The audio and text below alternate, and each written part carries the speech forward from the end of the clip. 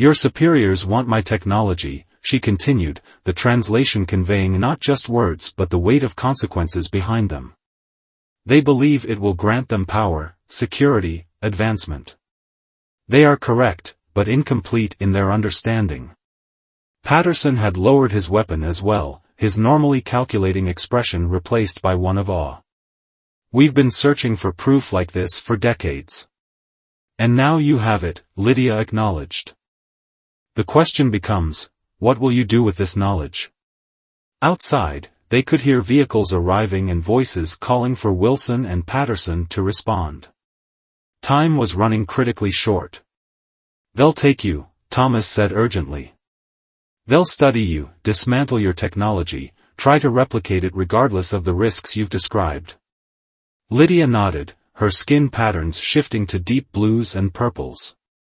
That is one possibility. But there is another.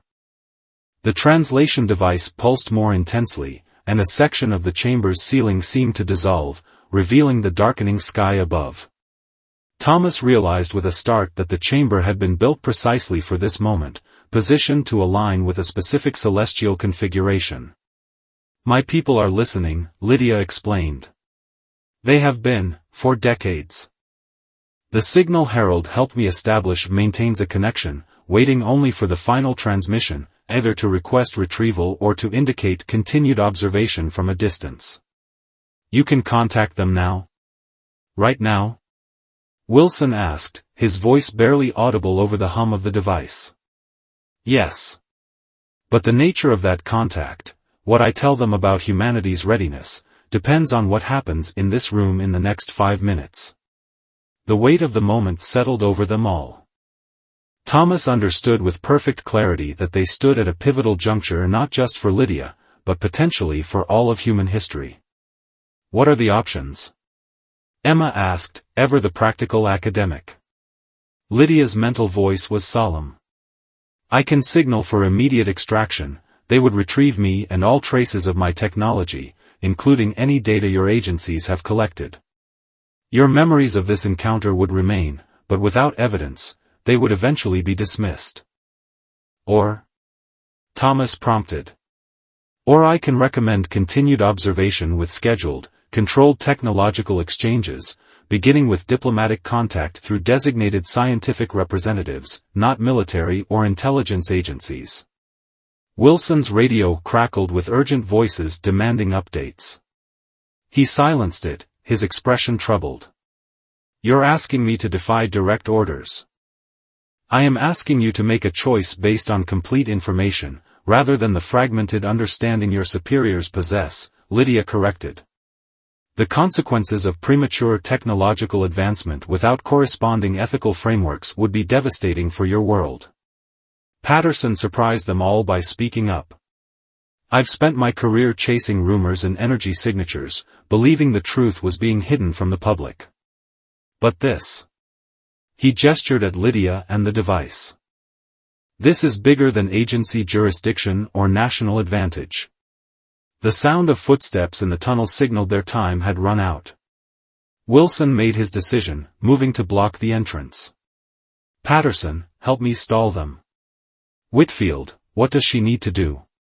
Thomas turned to Lydia, who was already repositioning the device as the alignment reached its critical moment. I need only to activate the final sequence and transmit my recommendation. The choice must be yours, you who have known me, and you who have sought me. Thomas thought of his grandfather, who had made his own choice 50 years earlier, choosing protection and patience over exploitation and advancement. You should go home, he said softly. You've been trapped here long enough. Emma nodded in agreement. But ask your people to come back, the right way, when we're ready. Lydia's skin glowed with what Thomas now recognized as happiness. That has always been the intention. Wilson rejoined them after instructing Patterson to delay the approaching team. I can't guarantee what happens after your signal.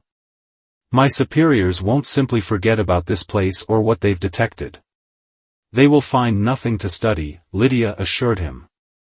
The technology activates only for my biology. With a final nod from Thomas, Lydia placed her hands on the core of the device. The crystalline sphere at its center pulsed with increasing intensity until it projected a beam of light upward through the opening, connecting to the first stars appearing in the twilight sky. The chamber filled with a resonance that was felt rather than heard, a vibration that seemed to pass through their very atoms. In their minds, each of them sensed a vast attention suddenly focused on their small group, an ancient, patient intelligence receiving Lydia's transmission. "It is done," Lydia projected, her mental voice tinged with both sadness and anticipation. "They will come for me tonight, and they will return officially when your world reaches the agreed technological markers. Until then, they will watch, and wait, and hope." Thomas felt a profound sense of loss mingled with certainty that they had made the right decision. "How long?" he asked. "How long until they return?" Lydia's answer came with a ripple of something like humor. "Soon, by our standards. Perhaps 20 of your years. A heartbeat in cosmic time." As the light from the device began to fade, Lydia approached Thomas and Emma, her skin displaying patterns they now recognized as gratitude and affection. "Your grandfather would be proud of you both. He believed humans were ready to look beyond your world. He was right." Agent Wilson's radio crackled again, more insistently. He answered it with remarkable composure, explaining that they had found an old atmospheric research station Dr. Whitfield had used for his astronomy work, nothing more. His deception was flawless. "They won't believe me forever," he warned Thomas. "You should prepare for ongoing interest in this property." Thomas nodded, feeling strangely calm despite everything. "By morning, there will be nothing left to find." As they made their way back through the tunnel, Lydia communicated one last time. "The stars have always been your destination, Thomas Whitfield. Your people will join us among them sooner than you imagine. Until then, look up occasionally. We will be watching, and waiting, and hoping." That night, as government vehicles maintained their vigil around the property, a light appeared above the Whitfield mansion, not a beam or a craft as in science fiction, but a subtle distortion of the air itself, a shimmering curtain that descended silently over the house. Thomas and Emma stood in the garden, watching as Lydia stepped into that shimmering veil. Her final goodbye needed no translation device. The gratitude and promise it contained were written in the patterns of light that danced across her skin as she vanished into the night sky. By morning, as Lydia had promised, there was nothing unusual for the agents to find, no technology, no hidden chamber, no evidence of anything extraterrestrial. Even the translation device had dissolved into ordinary dust. All that remained was what Harold Whitfield had intended, the legacy of a choice made with wisdom rather than fear, and the promise of a future where humanity might finally be ready to look beyond its ancient house and meet what waited among the stars. Thomas stood on the porch, watching as the frustrated agents finally departed. Emma joined him, coffee mugs in hand. "What now?" she asked quietly. Thomas smiled, looking up at the clear morning sky. "Now we prepare. We have 20 years to get ready for visitors." Above them, barely visible in the daylight, a single star seemed to twinkle in response. 3 Earth days had passed since the impossible encounter, and Villia had barely slept. Her quarters in the rented apartment near campus had become a chaotic research center, walls covered with data projections and biological scans. "Analyze genetic compatibility parameters again," she instructed her research system for the 12th time. The holographic display flickered, showing cellular structures side by side, hers and the approximated human standard. Incompatible on 87% of primary markers, came the emotionless response. Protein folding structures fundamentally different. Genetic recombination impossible. Yet her resonance indicator disagreed vehemently. It continued pulsing steadily, growing stronger whenever she thought of Lucas, like a compass pointing toward true north. Villia paced the small room. "Computer, search historical database for any cross-species resonance activation. Any precedent at all." "Searching." No results found in 4,721 years of documented encounters. She had already submitted an encrypted report to her superiors, carefully describing the anomaly while attempting to sound objective and scientific rather than personally affected. Their response had been immediate and unmistakable. Terminate field research immediately. Return to orbital station for extraction. Possible contamination detected. But she hadn't gone. Something beyond scientific curiosity kept her on Earth, investigating this phenomenon. She had tracked Lucas online, learning about his life through the primitive but surprisingly extensive digital footprint humans left behind. Lucas Ellison, age 23. Doctoral candidate in theoretical physics, specializing in quantum entanglement. Recipient of the Brenner Foundation Scholarship. Parents, Thomas and Jenna Ellison. One sister, Rhea. No current romantic partner. His research focus made her wonder if the universe had a sense of irony. Quantum entanglement, the phenomenon where particles become linked across any distance, reacting to each other instantaneously. Like her resonance indicator reacting to him. I need first-hand observation, she decided, shutting down her systems. Lurking in digital shadows wasn't yielding answers. The university cafe offered an ideal surveillance position.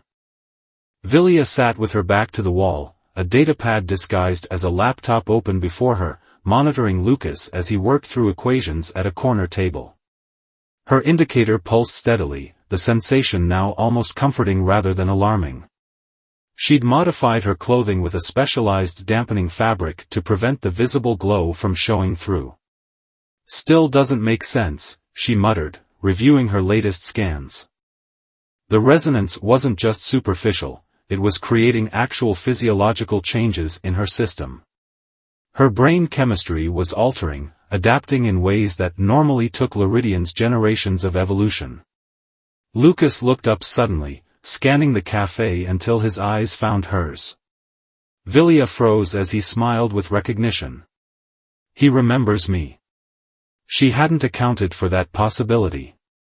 To her horror, he gathered his materials and walked directly toward her table. Villia, right? From the library? His voice triggered a cascade of resonance responses. Mind if I join you? Before she could invent a reason to refuse, he was sitting across from her, that same friendly smile activating neurochemical responses she couldn't control. I keep seeing you around campus, he said, not accusatory but curious.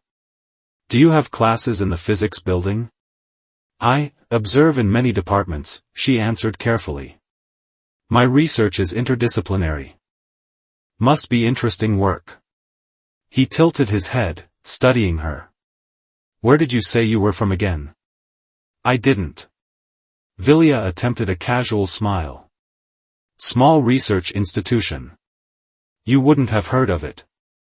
Lucas narrowed his eyes slightly. You know, there's something different about you. I can't quite put my finger on it. The words sent a chill through her. Had her disguise failed in some subtle way? Different how? I don't know. It's like. He struggled to articulate his thought. Have you ever felt like you've known someone before, even when you've just met them? Her indicator pulsed more intensely. Was he experiencing some form of resonance too? Impossible, humans didn't have the biological structures for it. Perhaps we have similar intellectual interests, she deflected. Maybe. He didn't seem convinced. Hey, some friends are getting together tonight to watch the meteor shower. Nothing fancy, just blankets on the hill behind the observatory. Want to join us? Every protocol screamed rejection. Her extraction team would arrive in 2 Earth days. The last thing she should do was deepen contact. I'd like that, her mouth said before her brain could intervene. Lucas grinned. Great. Meet at the observatory at 9? Oh, and bring something warm, it gets cold up there at night. After he left, Villia received another message from her superiors. Unusual readings detected from your biometrics. Extraction team expedited. Maintain zero contact with subjects. Repeat, zero contact. She stared at her datapad, then at the door where Lucas had exited. For the first time in her career, she deliberately closed the communication channel without acknowledging the order. Her indicator pulsed steadily, like a second heartbeat guiding her toward something her science couldn't explain but her biology couldn't deny. The night air carried a crisp autumn chill as Vilya made her way up the winding path to the observatory hill. Her respiratory filters worked overtime to process the increased oxygen intake from the climb, a subtle reminder of her alienness on this world. She had spent hours debating whether to appear. Her extraction team was now only 36 hours away, and deliberately disobeying direct orders could end her scientific career. Yet here she was, walking toward the one being in the universe she should be avoiding. The hilltop revealed a scattered collection of humans on blankets, small lights dotting the darkness as they chatted and laughed. Vilya hesitated at the edge of the gathering, suddenly overwhelmed by the intimacy of the setting. Her indicator pulsed strongly, immediately orienting her to Lucas's location before she even saw him. He stood apart from the main group, setting up what appeared to be a primitive optical magnification device, a telescope, she recalled. "You came." His face brightened as he spotted her, sending her indicator into overdrive. "Just in time. The shower should start in about 20 minutes. "I considered not coming," she admitted truthfully. "But something changed your mind?" "Something I can't explain or control," she thought. "Scientific curiosity." He smiled. "About meteors or about me?" The directness startled her. "Why would you think?" "Come on, Vilya. You've been watching me for days." His tone remained light, unthreatening. "At first I thought maybe you were just interested in my research, but it's more than that, isn't it?" She froze, unprepared for human perceptiveness. "Your research?" "Quantum entanglement across dimensional boundaries." He gestured for her to sit on the blanket beside the telescope. "I've been working on a theory that particles can become entangled not just across space, but across dimensional planes." Vilya carefully lowered herself to the blanket, maintaining proper distance. "That sounds advanced for Earth science." Something flickered in his eyes. "For Earth science? Interesting phrasing. Careless mistake." She needed to be more careful. "I meant current science, of course." Lucas didn't push, instead adjusting the telescope. "The mainstream physics community thinks I'm chasing fantasies.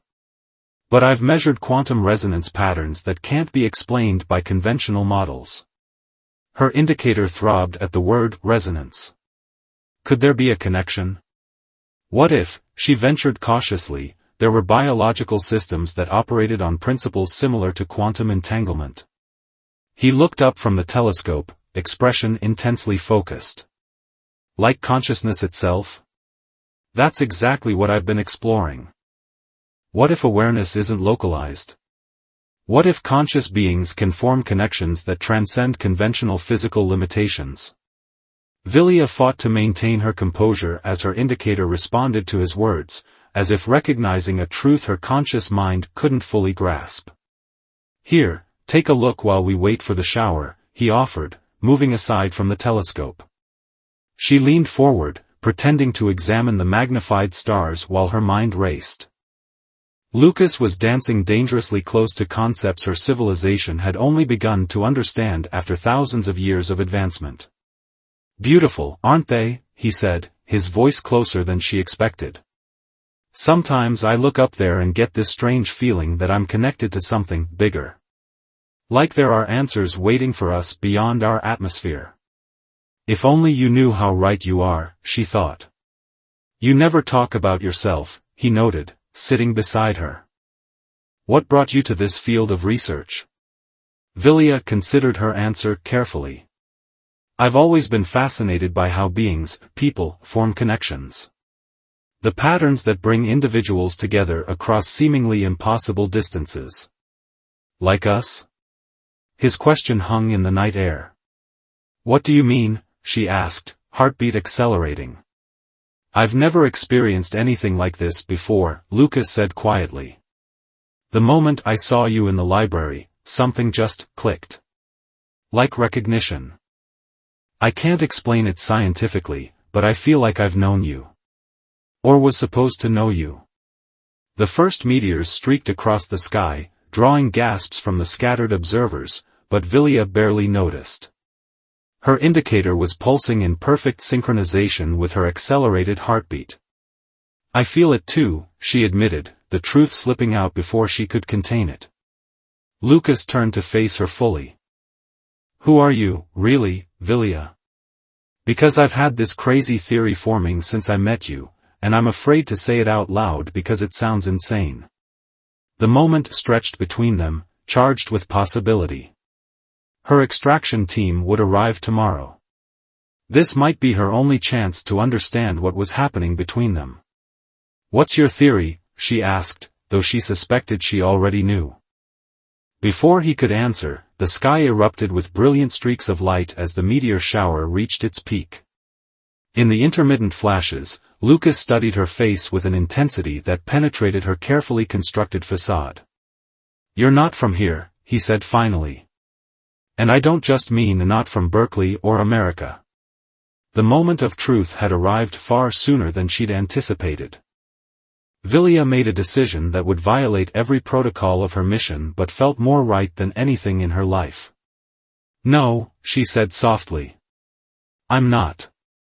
Lucas nodded slowly, as if he'd expected this answer. That should terrify me. But instead, it's the only thing that makes sense of what I've been feeling. He reached out, hesitantly extending his hand palm up between them, a question, an offering. Every rational thought screamed caution, but her indicator pulsed with certainty as she placed her hand in his. The connection sparked visible energy between their palms, blue light from her, golden from him, visible proof of something science on either world couldn't yet explain.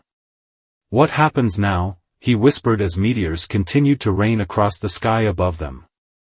I don't know, she answered honestly. But tomorrow, everything changes. Dawn broke with Vilya standing at her apartment window, watching the first golden rays illuminate a world she had come to study but now felt connected to in ways she'd never anticipated. Her communication system had been pinging incessantly with increasingly urgent messages from her superiors. Extraction team arriving 1800 hours local time. Prepare for immediate departure. Isolation protocols will be enforced. The clinical language couldn't hide their intent. They feared contamination, both biological and cultural. A rogue researcher with an unprecedented biological response to an underdeveloped species represented too many unknowns.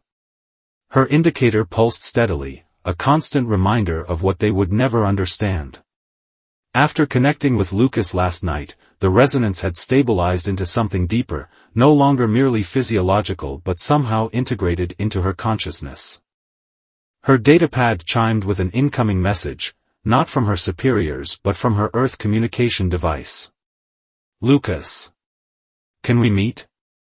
I have so many questions. Physics building, roof access, noon. Vilya gazed at the sunlit campus in the distance. Her extraction team would arrive in 6 hours. Enough time to say goodbye. Enough time to tell him the truth. I'll be there, she replied. The roof of the physics building offered privacy and a panoramic view of the bay beyond the campus. Lucas was waiting, pacing nervously between weather monitoring equipment and satellite dishes. When she emerged from the stairwell, he stopped moving, simply watching her approach. Her indicator responded to his presence, but something new registered in her scan. His biorhythm seemed to be shifting too, aligning with hers. I didn't sleep last night, he said without preamble. I kept thinking I might have imagined everything. You didn't imagine it, Vilya replied. I have 1,000 questions, but they all seem ridiculous now that you're actually here." He ran a hand through his hair, a human gesture of nervousness she documented in her research. "Where are you from?" "Really?" Vilya pointed toward the sky. "A star system your astronomers call HD 173416. My people call it Lyrid." Lucas followed her gesture, then looked back at her with wonder rather than disbelief. "How far?" 142 of your light years." He exhaled slowly. "You're actually saying it. You're actually telling me you're not human." "Yes. And last night, that energy between us, that wasn't some hallucination?" Vilya hesitated, then slowly unzipped her jacket and pulled aside the collar of her shirt, revealing the gently pulsing blue indicator beneath her collarbone. "This is a biological technology my species developed over thousands of evolutionary cycles. We call it a resonance indicator." Lucas stared, transfixed. "What does it do?" "It identifies genetic and neurological compatibility between individuals. It helps us find those we are most suited to bond with. It has never, in our entire recorded history, activated for a member of another species.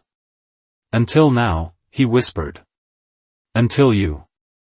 She zipped her jacket, suddenly self-conscious. "My people believe the universe creates connections for reasons we may not understand, but should respect. This," she gestured between them, "is unprecedented." Lucas absorbed this information with remarkable calm. "Is that why you've been studying me? Because of this biological anomaly?" "Yes." She hesitated. "At first. And now?" Before she could answer, her scanner alerted her to approaching aircraft, not Earth technology. Her extraction team had arrived early. "We don't have much time," she said urgently. "My people are coming for me. They're concerned about the implications of cross-species resonance." Lucas tensed. "Coming for you? That sounds ominous. They'll take me back to study what's happened. They don't understand that something fundamental has changed." She moved closer to him. "Lucas, your research on quantum entanglement across dimensional boundaries, it's more important than you realize. The connection between us may not just be biological. It could be evidence of something more profound." A low hum became audible, growing steadily louder. They both looked up to see a ripple in the air above the campus, a cloaked ship descending. "They're here," Vilya whispered, suddenly terrified. Not for herself, but for what she was about to lose. Lucas grabbed her hands. "Come with me. We can hide, figure this out." She shook her head. "They would find us. And they might harm you to contain the situation." Her eyes locked with his. "But I need you to understand something. This connection between us, it matters. It could change how our species see each other, how we understand consciousness itself." The air on the rooftop began to vibrate as the cloaking field of the extraction vessel positioned directly above them. "I'm not afraid," Lucas said, surprising her. "If two beings from different worlds can connect like this, imagine what it means for the universe. For all of us." A beam of light surrounded them as three figures materialized on the rooftop, tall, copper-skinned individuals in environmental suits similar to Vilya's natural form. Researcher Tnera, the leader, addressed her in their native language. "You have violated multiple protocols. You will return with us immediately for decontamination and debriefing."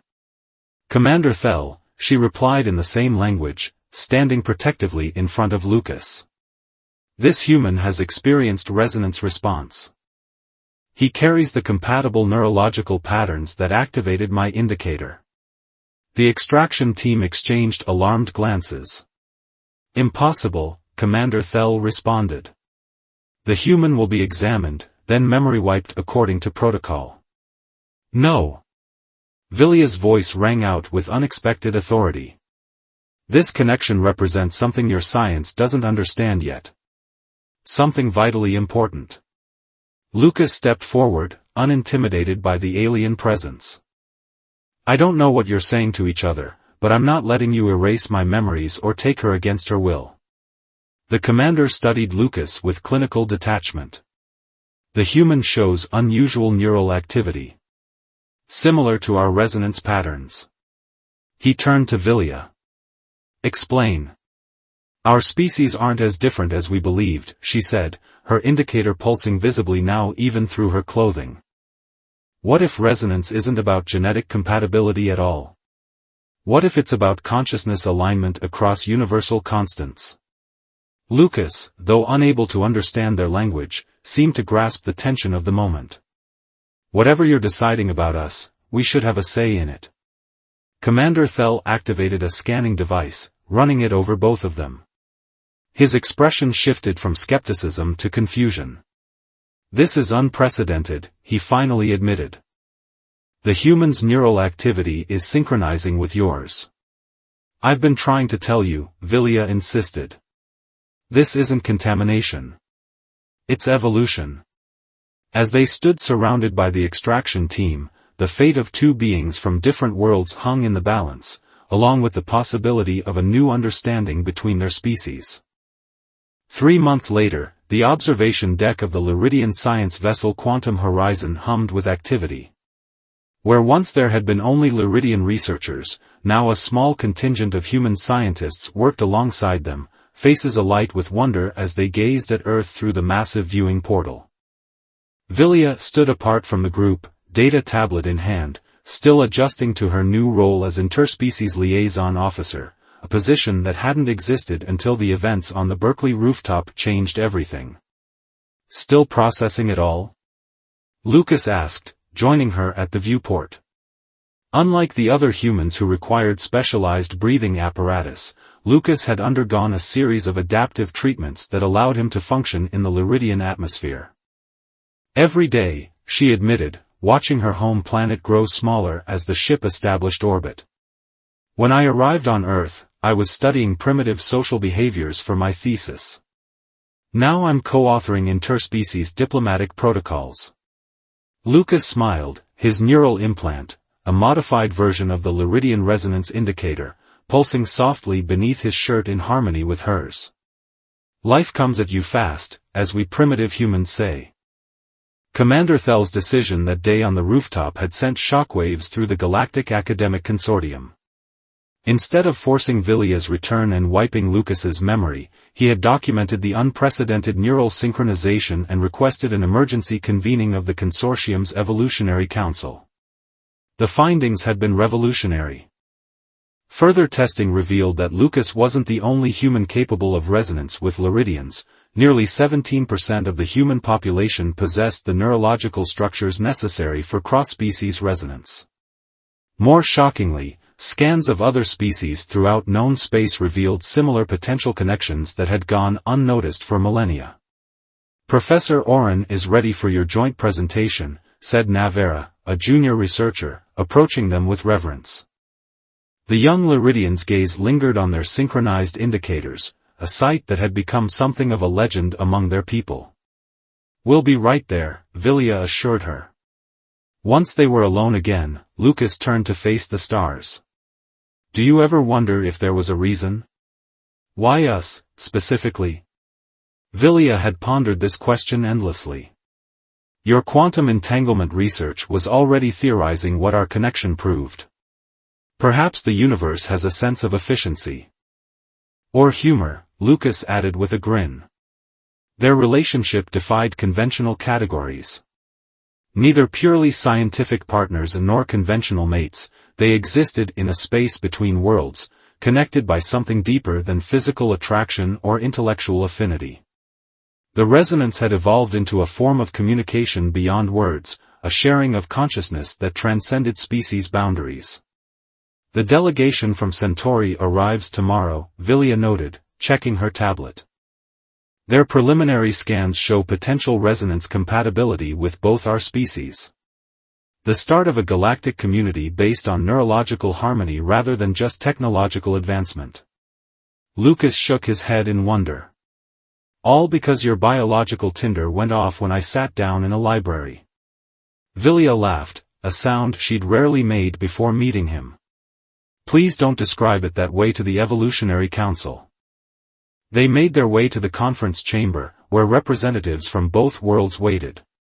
The room fell silent as they entered, the living embodiment of what many still considered a miracle of cosmic proportions. Professor Oren, head of the consortium's newly formed Department of Interspecies Resonance, nodded respectfully. Liaison Tnera, Dr. Ellison, we're ready for your presentation on the third phase findings. Lucas activated the holographic display with practiced ease, having mastered Lyridian technology with remarkable speed.